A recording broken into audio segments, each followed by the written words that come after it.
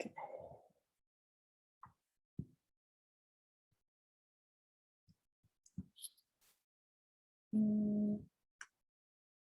So Ryan, you might need to share because now I can't suddenly see that link anymore where I just clicked on.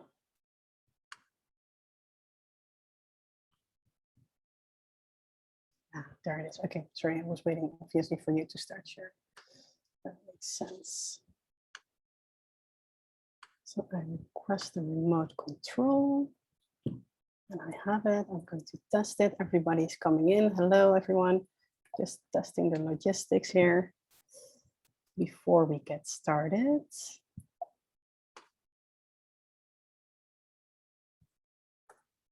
And I think it works, so that's great. So let's wait maybe another minute to let people in. Thank you, everybody, for being here. Feel free to introduce yourselves in the chat box. If you, during the presentations, have any questions, please put them in the Q&A box, and we'll get to those at the end of the presentations.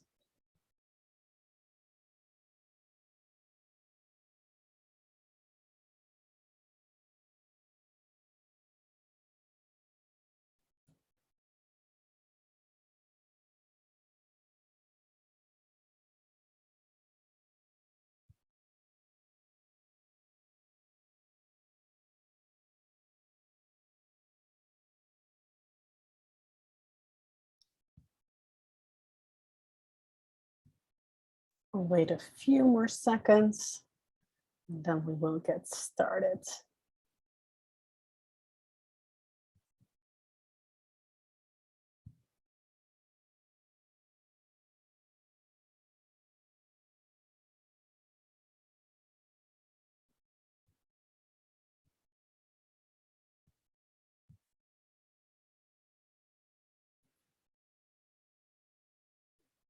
Alrighty, I think it's time to get started. So welcome everybody to this webinar, jointly organized by the Good Food Institute Asia Pacific and Abillion. My name is Meert Gosker and I'm the acting managing director of the Good Food Institute here in Asia Pacific. With me today are our GFI APAC fellow Aproop Diraj and Emily Dote, who is a data scientist at Abillion.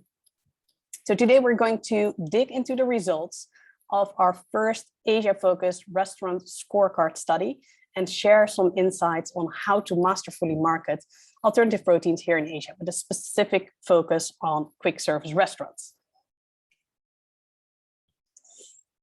For those who are not familiar with the Good Food Institute, we're a global network of nonprofits accelerating the market for alternative proteins, including plant-based, fermentation-derived, and cultivated meat, eggs, and dairy. And we do that to create a sustainable, secure, and just food system for all. We have offices in the US, in Brazil, Europe, Israel, India, and Asia Pacific. And we work along 3 programmatic pillars to ensure alternative proteins become more delicious, affordable, and accessible. So in our SciTech department, we identify the biggest knowledge gaps and move brain power and public funding towards solving those issues. So to that effect, we have launched a university course, the first one dedicated entirely to alternative proteins here in Singapore, and it was the first one of the whole of Asia Pacific. We also have a research grant program to fund critical open access research. In our corporate engagement department, we drive innovation through our work with startups, investors, large food and meat companies, life science industry, and in our policy work, we work with governments, but also bilateral, multilateral organizations to ensure more public funding for open access R&D, to ensure a level playing field for alternative protein producers, and to work with governments to help them on their regulatory frameworks for novel food ingredients. Oh, there we go. So when GFI was founded 5 years ago, we wanted to answer 2 questions. How do we feed 10 billion people by 2050? And what do we do about climate change? Finding an alternative for industrial animal agriculture seemed to be the answer to those 2 questions. Industrial animal agriculture is the top 2-3 contributor to the most challenging environmental challenges that we have today. It's also a highly inefficient way of producing food. You need 9 calories of chicken feed to get 1 calorie of chicken meat out. So we need vast amounts to grow animal feed, driving up the prices for legumes and grains and actually entrenching global poverty. Lastly, the vast amounts of antibiotics used in industrial animal agriculture are developing more and more antibiotic resistant superbugs, which are already killing 500 to 700,000 people annually today. So in today's webinar, we have split this in 3 sections, followed by Q&A, as I said. So I'll start by sharing some of the lessons learned from earlier GFI research across the globe, just to set the stage for the Asia perspectives that Aproop and Emily will provide. So Aproop will take over to take the deep dive into the restaurant scorecard study that he carried out for us. And our colleagues in the US carried out the same study, similar study in 2017, 2018, 2019. And we are very happy to now share the first results for Asia. And last but not least, Emily will highlight what the data from nearly 1 million consumer reviews tell us about how to successfully market plant-based menu items.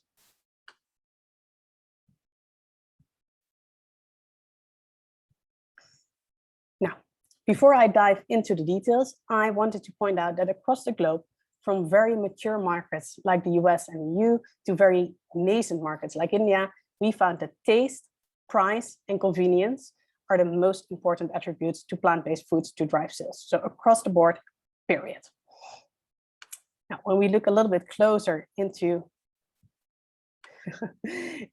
into the context of Asia for price and taste, we see that alternative protein companies that really understand what local consumers are looking for are the biggest winners. So they know the Asian cuisines and they cater towards these diverse audiences the best. So that includes product differentiation, using local flavors to nail those specific tastes, but also catering towards specific nutritious value profiles that consumers are looking for. Looking at price, most alternative proteins are still more expensive than their animal counterparts. However, we have a great Asian case study to show how scale really leads to price reductions. So Green Monday's Omniport managed earlier this year to cut the price of its most popular product, the minced pork, by 22% in Hong Kong. And it puts that on par with conventional pork.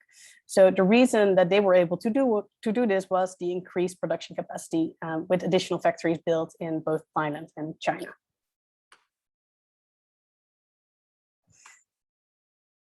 Now, if we look beyond taste, price, and convenience, there's a lot to gain from marketing your products right. And that is why we're here today.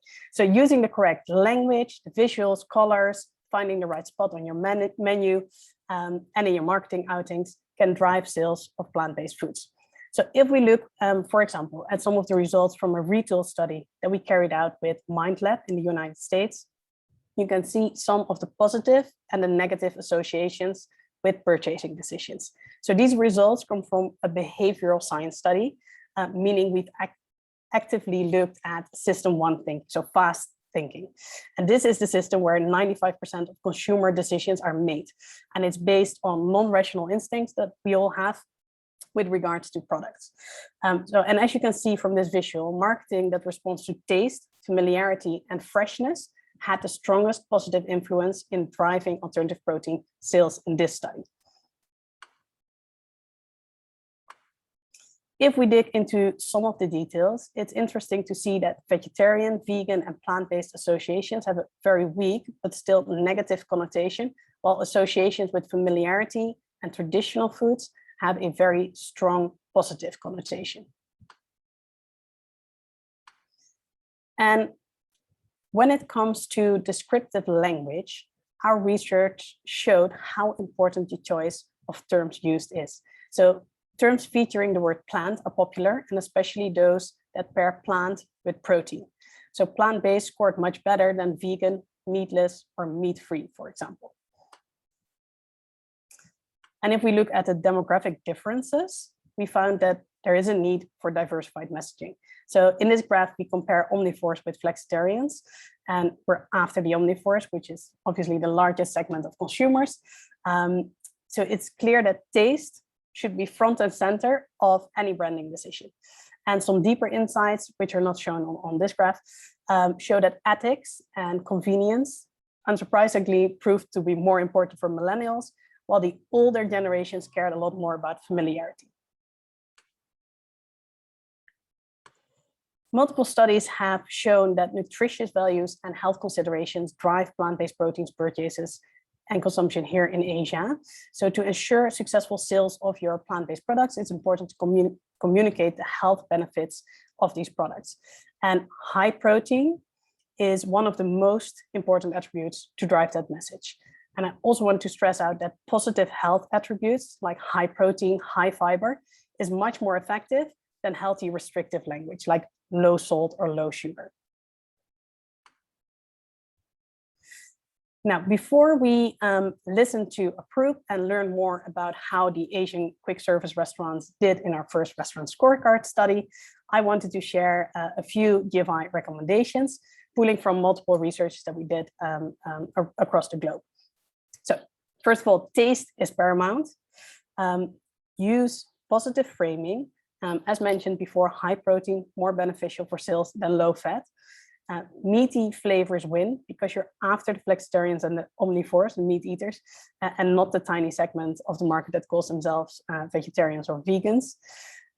Integrate plant-based items, with the other entries on the same menu, and meal context matters. So plant-based, the plant-based items should like really fit the meal and be part of the complete meal design. It should also really fit the brand and it should be truly incorporated. A really great example is Burger King's Impossible Burger with the slogan 0% beef, 100% Whopper. So with that, I'm going to hand over to Approve to look at the really interesting stuff. Yeah, please take it away, Approve. Thanks, Meeta. Right, hi everyone. My name is Approve Dheeraj and I'm fellow at GFI APAC. So today I'll be going over some of the analysis that we've done on assessing the availability and marketing of plant-based dishes at large chains in the Asia Pacific region. Sorry, bear with me. Well, yeah. Right, so just setting the scene here a little bit, I've just got 4 headlines there for illustration. There's probably 200 more that I could put there and the slide would be really crowded, but the basic growth story, I want to share an anecdote about it. So whilst we were doing this project, we started it out in May and we started scoring our different restaurant chains in May. Since then, we've basically had to revise the scores almost on a monthly basis because there were new partnerships and new product launches almost every time we went back to review our data. So rather than showing you a chart of growth, I think that's a good representation of the promise of the sentiment of this market, really, that it is heating up and there is a rapid amount of growth even in this region, especially in this region, I would say. So these are some of the more proactive chains according to our analysis. And as you can see from the graphic, some of them are more proactive and some of them are less proactive in offering plant-based dishes at their outlets.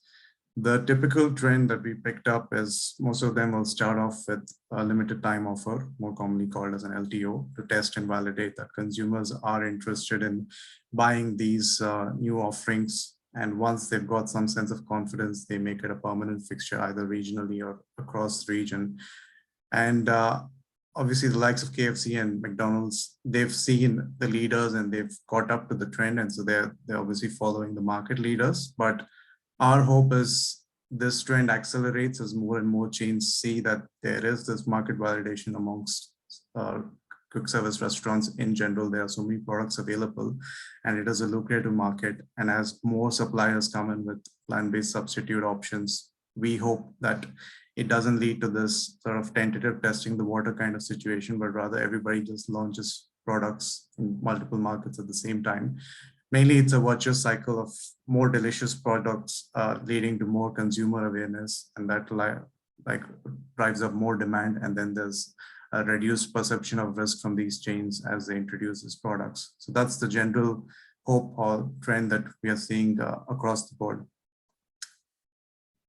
Coming to the scorecard itself, so what we've basically done is rank online menus of these chains in the APAC region, and I'll show you the list of restaurants that we've done in a subsequent slide.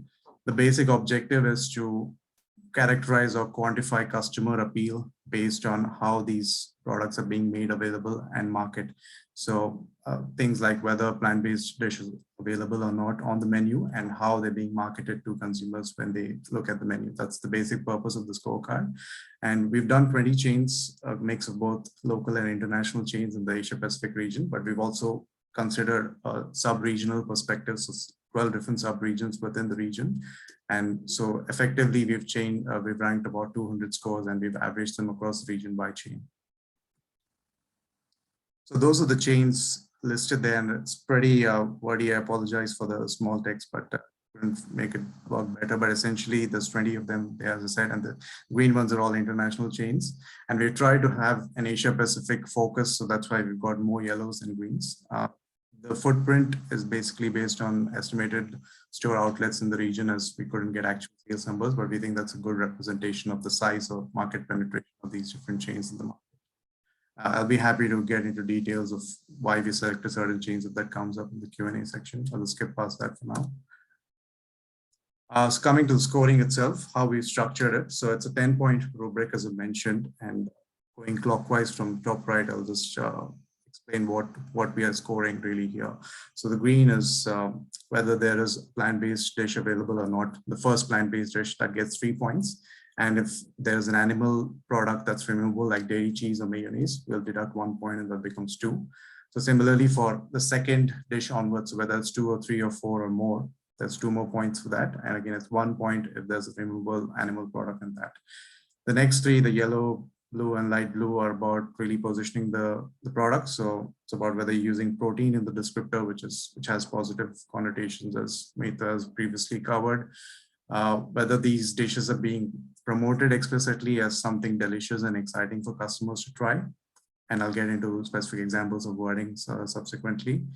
And also avoiding negative connotations, so explicitly labeling it vegetarian or vegan, which might put off consumers. So just using subtle logos basically gets 1 more point. And finally, making these easy to order, so putting them in the same menu and not have a separate plant-based menu or vegetarian menu, which, contrary to popular belief, can put off consumers from ordering these dishes. So that adds up to the total score. There's a lot in there, so I'll just do a simple example of this to sort of conceptualize this, right? So this is a menu I've just picked up. I've been to this restaurant myself, so I used to go to KL a lot. So it's one of my favorite joints when I'm in KL airport catching my flight back. So just bear with me as I run you through the analysis. First, and I used to do this as a consumer, I used to look for the symbols first to know what I can order, right? So there's a bunch of symbols there and there's no explicit vegetarian or vegan labeling. So that's 1 point there right away. And clearly there are plant-based entrees and multiple plant-based entrees from the labeling. It makes it quite easy to spot. So that's another 3 and 2 points respectively. There is no explicit protein descriptor, and so there's no points for that. There's no explicit promotional language either. I know the text is a bit small, but that's based on the analysis that the wording is there. There's no promotional language as in calling it particularly delicious or chef's recommended or those kind of wording. So there's no points for that. It's just fairly, let's say, bland descriptors of the food itself. And finally, everything's in the same menu, so you can't make out what's vegetarian, what's plant-based, what has egg. It's all there. So it's there for the consumer to decide what they want to order. So they get 2 points for that. And that adds up to 8 out of 10 points. So the reason I've showed you this is the process we did for all these chains across all the outlets that they had in the region. This was the process we repeated, and that's how we came up with our scores. Was just to contextualize that, I've run you through this. And coming to the scores itself, so I'll get into the analysis briefly, but quickly from the color coding, you can see there's a lot of greens and blacks and grays. That basically means the availability of dishes is there. So there's at least one dish or there's more than one dish. And interestingly, in Asia Pacific, there's not the habit of separating out these dishes into a separate menu. So that seems to work. What doesn't seem to work is the blues and the yellows, which is the marketing and the appeal of these products itself and enticing customers to order them. And that's kind of a missed opportunity in our opinion. And so I'll just cover that now on how we see this analysis playing out and what recommendations we have for these different chains in APAC. Yeah, so like I said, so basically they've all scored 5s pretty easily just by offering dishes, but they could actually have been 10 had they made the effort to market them effectively, right? So you've seen a lot of scores in the background, but I'll just summarize the analysis that we've got. So that's a distribution of the scores compared to the US. So as Mehta said, we've done this in the years prior in the US, and we found a more balanced distribution in the US where the scores are more or less evenly distributed in the low and high ranges, but in APAC, they all tend to score on the lower side, as I've mentioned, because of the lack of marketing. Having said that, though, we did see in the US also when we started off the scoring, originally they were all in the lower end of the score, and gradually with both a combination of more products being available, but also in some cases, proactive steps being taken by the chains based on the work that GFI did there with the chains there, we saw that improvement in marketing and consumer appeal for products that were already available on the menu. So we are hoping that's a trend we'll see in APAC as well. It's not to say that APAC is a particularly bad region. I think it's just about getting the market right and appealing to customers. And what we did see in terms of positives was this kind of stuff where you got really nice social media posts or even sometimes in-store banners that make consumers available that there's these new range of exciting products available. But the missed opportunity really was on the menus and on the websites, which is sometimes the first point of consumer engagement.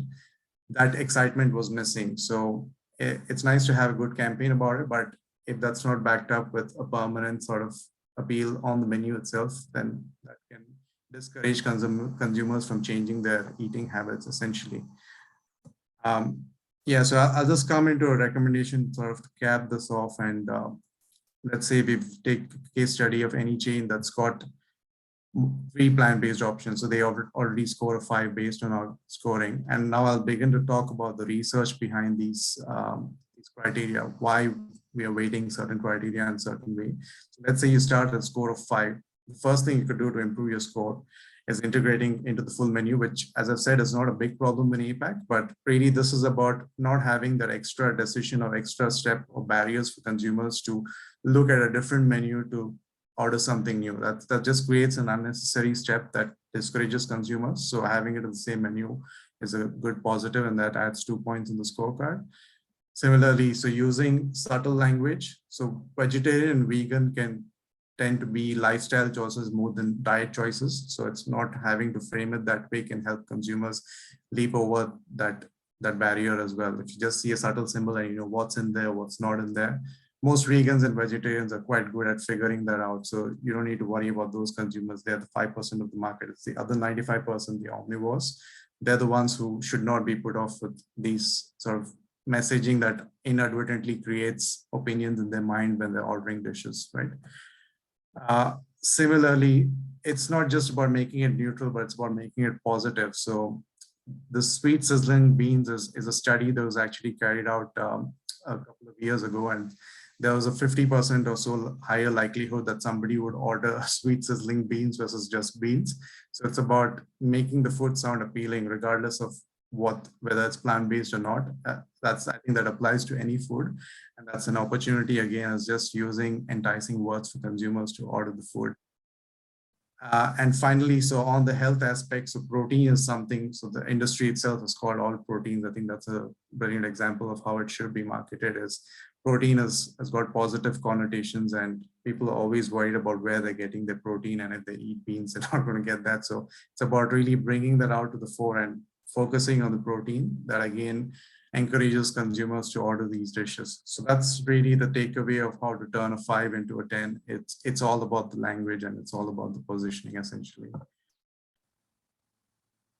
So if you want to look at more details, we've just published this on our blog recently, so feel free to check it out. And obviously I'll be around for the Q&A section. But that's basically what I wanted to cover today. And I'll hand over to Emily now from Abillion for their insights on the plant-based future. Thank you. Great. Thanks, Aproop. So just to reintroduce myself, my name is Emily and I'm a data scientist from Abillion. I'll now be diving into some of the data-driven insights that we're observing over at Abillion and highlight some key opportunities for capturing the interest of plant-based consumers. So, but first, for those who are not familiar, at Abillion, we are building a global community that makes social impact and sustainability a habit for everyone by helping people live, shop, and eat more sustainably. On our app, members can review and discover vegan dishes at restaurants and sustainable and cruelty-free products ranging from food to beauty to fashion. We were founded in 2017 by Vikas Garg, and our app has been live since 2018. So data really underpins everything that we do at Abillion, spanning our product, business, and research efforts. So just to summarize, on the product side, we use machine learning to power functionality within the app while also using feature analytics to drive our product roadmap. In addition, our business teams leverage data insights to drive our growth and sales initiatives, and also use data to power our top awards program, which helps our members know which plant-based and sustainable brands and products are trending globally. And then finally, we also use our data to publish data insights on the plant-based sector and socially responsible consumer market. And we make our insights and research available to all stakeholders, brands, businesses, nonprofit organizations, and governments, with the hope that through initiatives like this webinar with GFI, we can help stakeholders improve and increase their own efforts to support sustainability. So just to give a quick overview, we have over 300,000 members from over 150 countries, 65% of which identify as omnivore or flexitarian.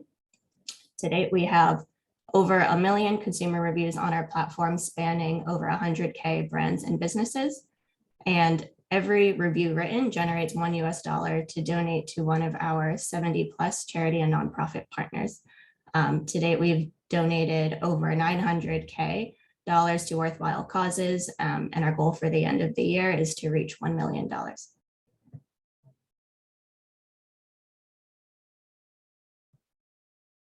So now diving into the insights. In Asia specifically, we've been witnessing explosive growth in consumer interest for plant-based dishes and products, revealing a lot of untapped opportunities to satisfy growing demand for these plant-based and environmentally sustainable dining options. So reviews for vegan dishes and products grew by more than 3 times throughout 2020 and early 2021, which reflects a robust interest in the plant-based and ethically driven lifestyle. Not everyone on Abillion is an active reviewer, however, but the Abillion community in Asia, so our number of users in Asia, has nearly quadrupled over that same period, demonstrating significant growth in consumers that are curious and interested about exploring plant-based options. So as mentioned by Mirta earlier, we are also seeing that demand is increasingly driven by the Flexitarian segment, which again consists of individuals who adopt a flexible approach to plant-based living. So Flexitarians are the fastest growing segment on Abillion currently, having grown 5.5 times since the start of last year, followed by vegetarians. And members belonging to either of these segments are usually vegan curious or just generally show a higher affinity towards plant-based alternatives, but have not necessarily committed to a fully plant-based diet. So such acute interest in plant-based options from these consumer groups to us highlights the fact that plant-based dishes and products are not just a niche segment, but are in fact becoming increasingly mainstream. So next, using natural language processing techniques, we applied sentiment analysis on the text written in the consumer reviews to derive a sentiment score that essentially represents how positively or negatively consumers feel about a given dish. We also found that consumer sentiment in Asia increased across all retail dining segments during 2020 and the first half of 2021, with the largest increase actually occurring in fine dining establishments.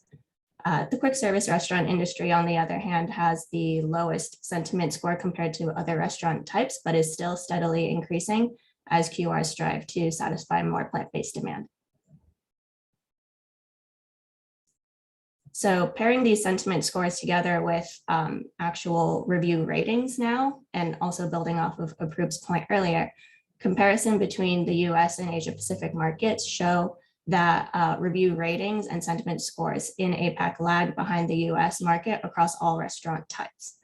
And on Abillion, members rate plant-based dishes based off of taste, presentation, nutrition, value, and originality.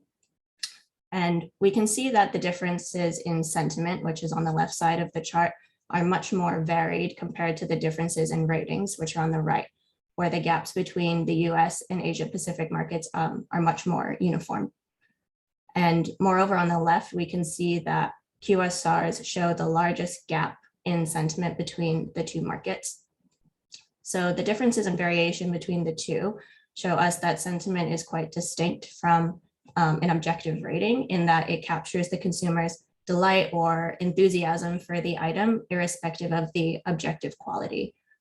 So this points to other levers aside from the intrinsic dish quality that impact the consumer sentiment, such as the range of plant-based options at the restaurant, the language and messaging around them, as well as how easily they can be found on a menu. So this underscores the importance of effective marketing and communication and presentation of these plant-based dishes, which can impact consumer perception and drive sales. So just to exemplify this, we wanted to take a look at how consumer sentiment can vary independent of objective rating. So to do this, we looked at a sample of restaurants on Abillion, which all have a consumer rating of 4.2 stars. And we saw that Privé, which is a multi-concept restaurant based in Singapore, Privé has the highest consumer sentiment among all the other restaurants with the exact same rating. This can be attributed to efforts such as their menu presentation. So if we look on the right-hand side, we can see that on their menu, we see plant-based options displayed prominently at the top of several menu sections alongside several non-plant-based options. And then secondly, we also see multiple partnerships with brands such as Tyndall and Impossible, strengthening the appeal of their plant-based offerings. And then lastly, we see that Privé has embraced the use of inclusive and delicious sounding dish names, where plant-based options are subtly identified with a VG symbol.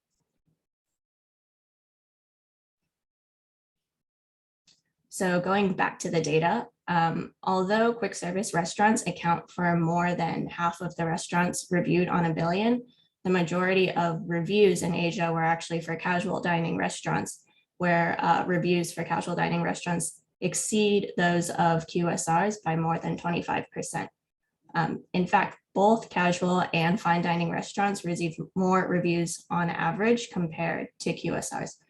And this can be correlated with a wider range of plant-based dishes available at these types of restaurants, whereas nearly 50% of the QSRs had only a single plant-based item reviewed by the Abillion community, which suggests a highly limited plant-based menu at these establishments.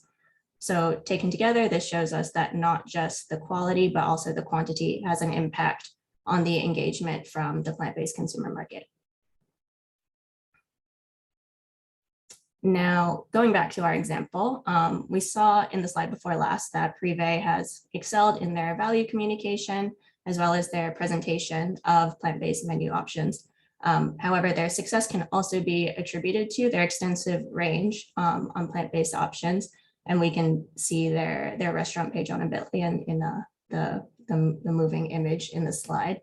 And we can see that indeed Privé has garnered among the highest levels of reviewership on our platform compared to restaurants that have more limited menu options. And again, this underscores the importance of menu variety when engaging with conscious consumers.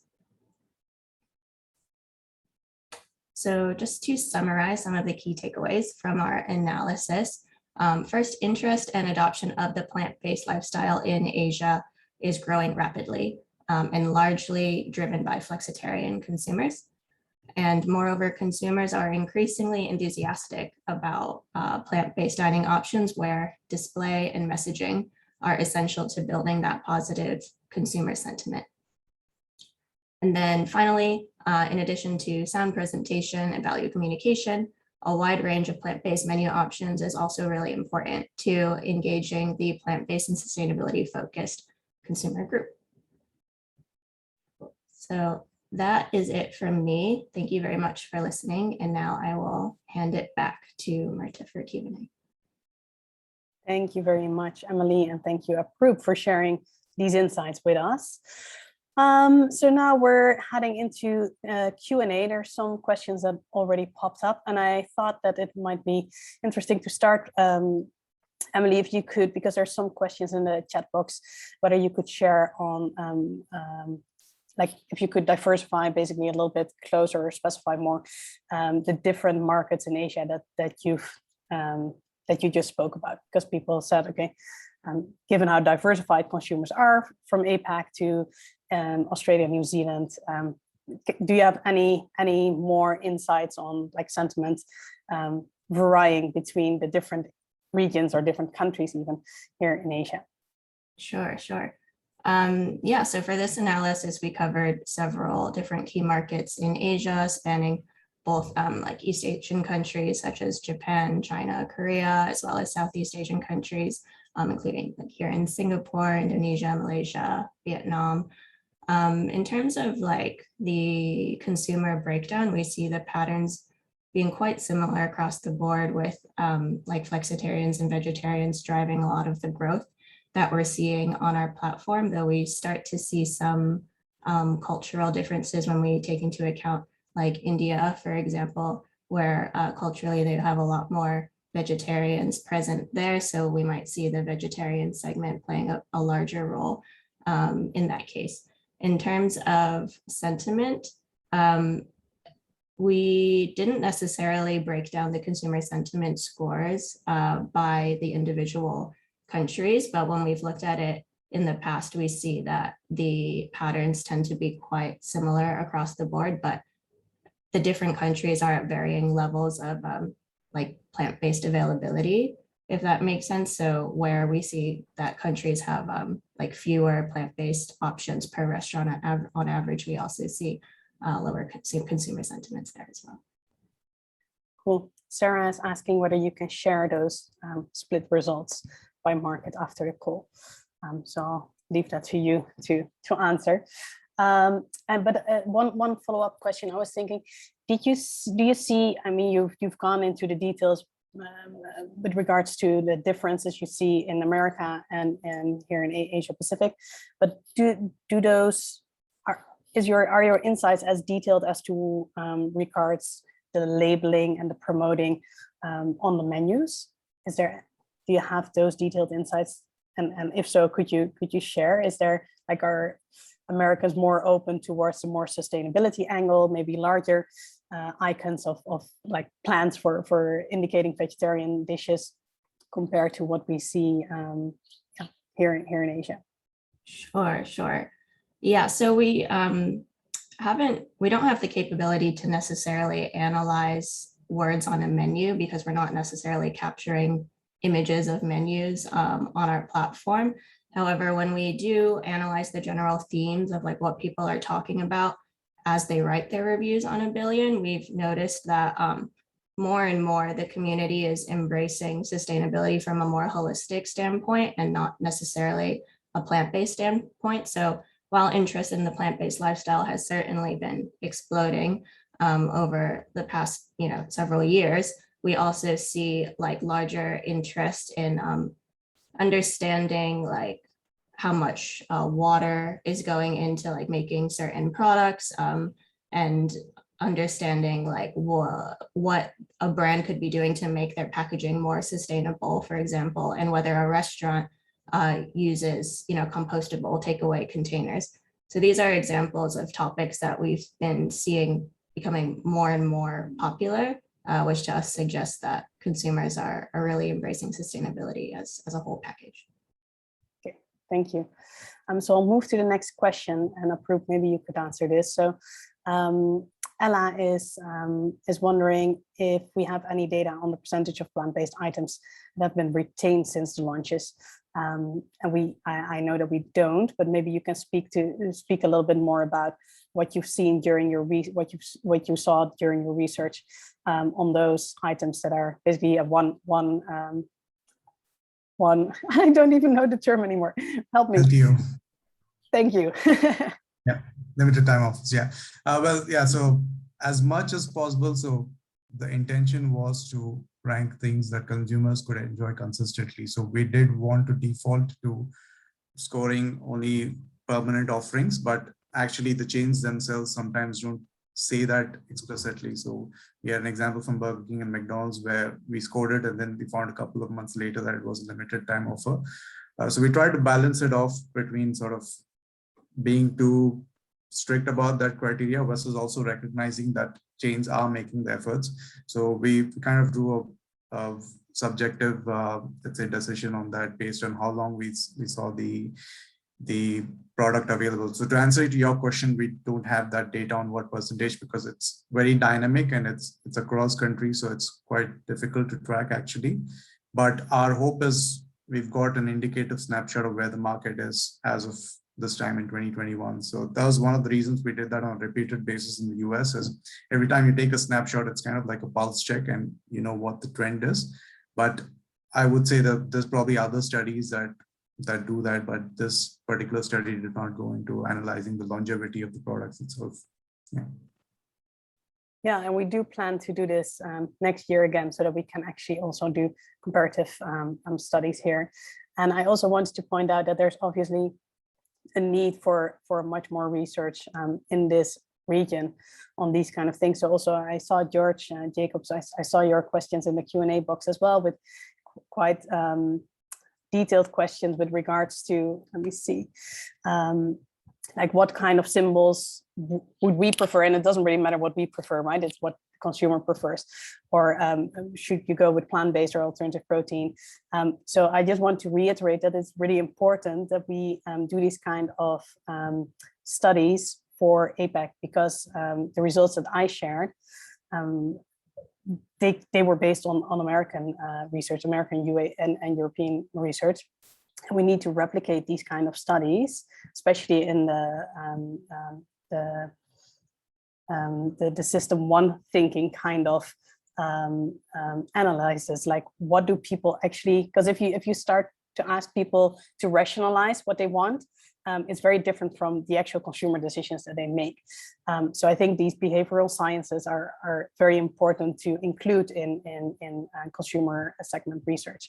And yeah, we see them, there's one or two professors here in APAC, one in Singapore, one in Australia, that are collaborating on interesting research with regards to alternative proteins on this topic. But I think we need to see more of that to understand the different, because there's obviously not the Asia consumer, right? There's all these different Asian consumers for all these different markets. So it's a large puzzle and it's not easy to be done, but I think it's really important that we start diving into these differentiated markets and understand much better what people are looking for, what consumers want, and how to then cater towards that. So this is a start of the effort to do that. I see more questions coming in, so let me see. How does the customer sentiment towards a branded plant-based meat on a menu differ from an unbranded menu item? So maybe Emily, do you have any insights that you can share? So Impossible tacos versus just plant-based tacos. Sure. Yeah, so across the board, we've generally seen that dishes that had some type of branded protein on there generally have a higher consumer sentiment, but it's difficult to directly attribute that difference in sentiment to the fact that it was a branded dish. Like it's really a question of the whole package and how that makes the consumer feel. But in addition to consumer sentiment, when we just talk about sheer numbers, like that's definitely So, like, what's definitely true is that dishes that have a branded alternative protein on there definitely garner more reviews on our platform. So at the very least, it seems to be capturing more attention from consumers. Understood. I'm getting another question from Avinash, who asks what are APAC market preferences? As they already have plant-based alternative meat, how much is the diversity important for APAC? Yeah, from what we see, diversity is super important. There's also just a huge need for better products, and better products that are very well catered towards the different Asian cuisines, right? Yeah, obviously quick service restaurants or any kind of restaurants or retail are not going to win the war with just Impossible and Beyond, because they are catered for Americans and Europeans and not for Asian culture. So I think there's a huge opportunity to actually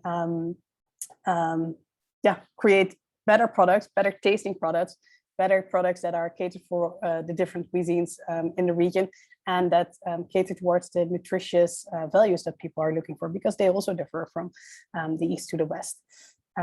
Approve, you want to add something? Yeah. Go. Yeah. So yeah, I mean, it's also like recognizing that cultural context. So beyond meat in Indonesia could be beyond rendang, it could be, I don't know, beyond nasi lemak somewhere else, right? So it's that I like when we did the analysis, that's what we picked up. Like these pizza toppings are very like country specific when it comes to regular products, and that's not extended into plant-based because Exchange is looking at them as a niche sort of sub area. It's all clubbed into one plant-based category, but there is that cultural diversity because a lot of food is about the cultural experience about it and making it localized. So it may not be so much about the ingredient itself, but it's the way it's cooked and the way it's, let's say, framed in the cultural context. I would say that's more important. Yeah.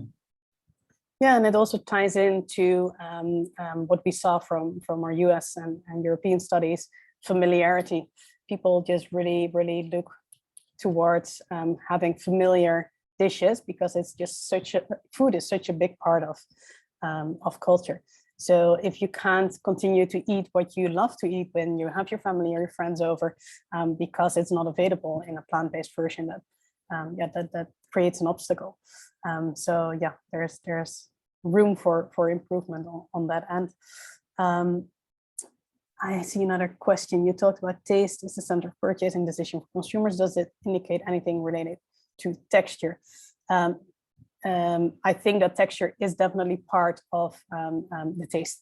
So yeah, if you're queuing on something and the texture is completely off from what you're expecting, even though the taste is good, it's still not really what you want or what you're looking for. So yes, texture is texture, mouthfeel. It's the whole the combined package of what makes it taste good for people and recognizable with what it what people are expecting.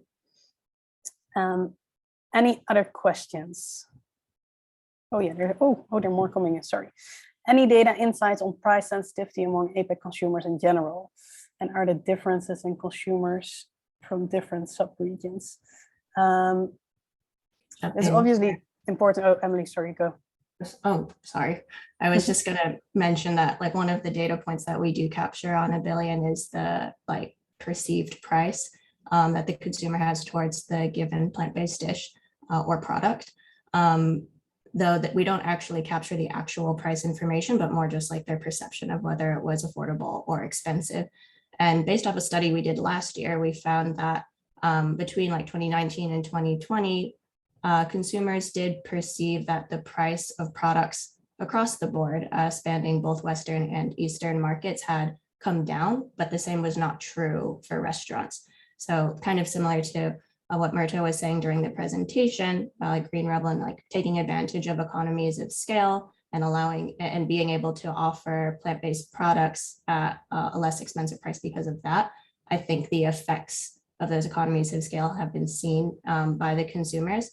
However, on the restaurant side, like kind of in line with this whole conversation we've been having today, there's not necessarily enough affordable plant-based options in the retail dining sector, which again sort of underscores the need for more quick service restaurants to be ramping up their plant-based options and making them available to more people. Maybe another question that you might have some insights on. So Avinash says the minced category is not so big in Asia conventionally. So what is the future of whole muscle in Asia? Do you see any like sentiment, any good reviews on attempts at whole muscle products? Sure. Yeah. I mean, in terms of what's available, there's only a few out there, right? On the market at the moment, there's not necessarily that many available, but the consumer interest is definitely there. We do see people talking about, like, for example, we just did a report on alternative seafood specifically, where we see that the majority of alternative seafood options out there are kind of either generic, like unnamed fish type, and tend to be the more minced type options like fish sticks or like crab cakes or something like that. But we're seeing more demand for things like vegan sushi and like sashimi. And so we're seeing more innovation happening in that area, and we see consumer interest in that specific area of, in this case, alternative seafood really expanding. Yeah, and just adding that Green Rebel Foods, I think, is launching in Singapore shortly. I don't know exactly, but they have some exciting whole muscle products out there. So very eager to try and get my hands on it. A question from Dora asking if we have insights on the influence of accredited labels, vegan, vegetarian, on consumer decisions. So we definitely did. So we did quite a bit of research into that in global markets, not for Asia yet, but we can definitely follow up and sharing some more detailed studies with all of you. And then here, the open call for anybody that wants to collaborate with us to do more research on this. We're very happy to discuss that because we think it's very important to have more insights. With that, I think we have tried to answer all your questions. Thank you very, very much for being here with us today. We will follow up with a thank you email with some extra additional information. And I hope to see you for our next webinar. Thank you very much, Emily, for joining us. Of course, thank you, Approved, for your research carrying out for GFI APAC. Very highly appreciate. Thanks, everybody.